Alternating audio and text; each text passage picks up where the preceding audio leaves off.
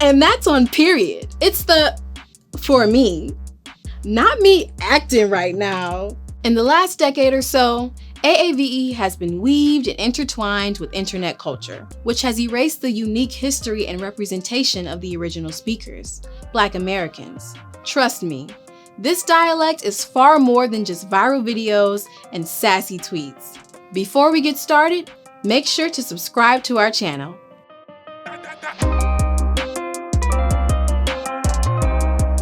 Black American English, African-American Vernacular English, Internet Slang. I'm Sierra, and today I'll break down everything about African-American Vernacular English, its rich history, grammatical structure, and cultural impact. I grew up in Michigan, the Detroit area, where 79% of the residents are Black. Because of this, I've been surrounded by and using AAVE my entire life. Whether it was with classmates or family members, speaking AAVE was a tool that amplified and influenced my social interactions. It was our way of speaking. It was a part of who we are, who I am. So, what exactly is AAVE? In the most simple terms, it's the way that many Black Americans communicate with one another that has evolved and continues to evolve over the last few centuries. Please note that AAVE differs between states and regions, so this is simply a general overview of the dialect. There's not a single origin story when it comes to the history of AAVE.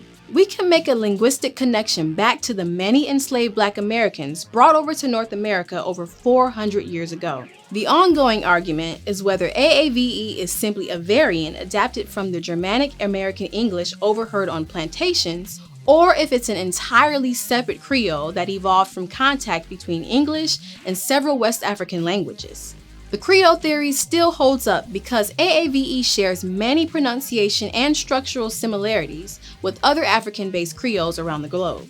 At the same time, AAVE is a lot closer structurally and pronunciation-wise to standard American English compared to Gullah or Louisiana Creole. Much of AAVE's grammar and phonology are heavily comparable to rural dialects across the American South. So the debate around AAVE's origins continues. In the era of Jim Crow and rampant deadly attacks from the Ku Klux Klan, many Black people relocated from the South. With this migration, millions of African Americans brought their culture and AAVE dialect with them to their new homes. So New York's AAVE doesn't sound exactly the same as Detroit's. This long, storied history that dates back over 100 years can't be reduced to internet slang. So, what are some of the features that many of the forms of AAVE share? One distinctive feature of the dialect is its grammar, specifically verb conjugations. Let's take a look at the present tense. In standard American English, you would say she doesn't like, whereas in AAVE, you would say she don't like. So we can see that in AAVE, the verb to do is conjugated in the third person plural, rather than the third person singular. Next up is the present progressive tense, which is used to explain something that is happening in real time. For example, Nadine is going shopping. But in AAVE, you would drop the is and just say Nadine going shopping. Parts of the verb, like is and are often dropped in AAVE because the meaning is already implied. Now, if someone said Nadine be going shopping, this has an entirely different meaning and brings us into the territory of the habitual be. The habitual be signifies that something is often or usually done.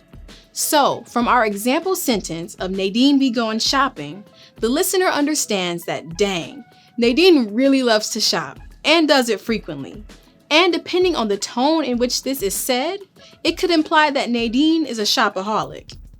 But like in most languages, context and tone can have a huge impact on meaning. In AAVE, you might hear someone say ax instead of the traditional ask, or library instead of library. This is called metathesis, which involves switching around sounds and words. Although metathesis is a part of the dialect, non-AAVE speakers often make fun of it and/or discredit it. Unfortunately, it's not uncommon for this metathesis to be corrected in schools. This is particularly common when Black children are in predominantly white school districts, Although this is valuable knowledge when speaking and learning standard American English, it's important for educators to realize that AAVE is its own dialect.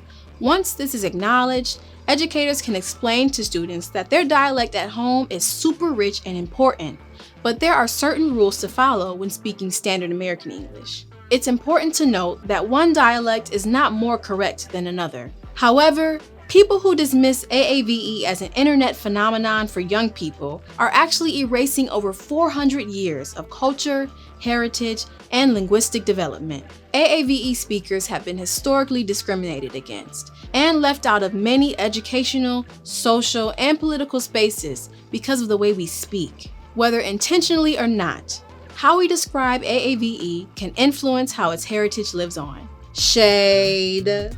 Vibe check. As shade, okay girl, and other historically Black and queer expressions take over the internet, let's take a moment to recognize that these communities have been at the forefront of linguistic innovation for decades. Trust me, I get it.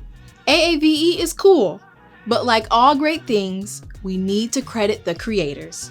Now when you're scrolling your feed, you'll know which community to thank for the terms you're hearing and probably using.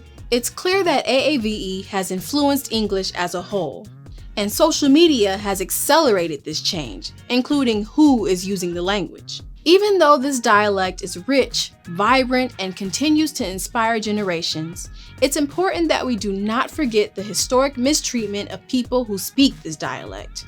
From slavery to the Civil War, to the Reconstruction era, to Jim Crow, to the war on drugs, to modern day issues, let's not forget about how this dialect grew out of resilience. It's up to all of us to educate ourselves so we can collectively understand, respect, appreciate, and give credit to AAVE speakers.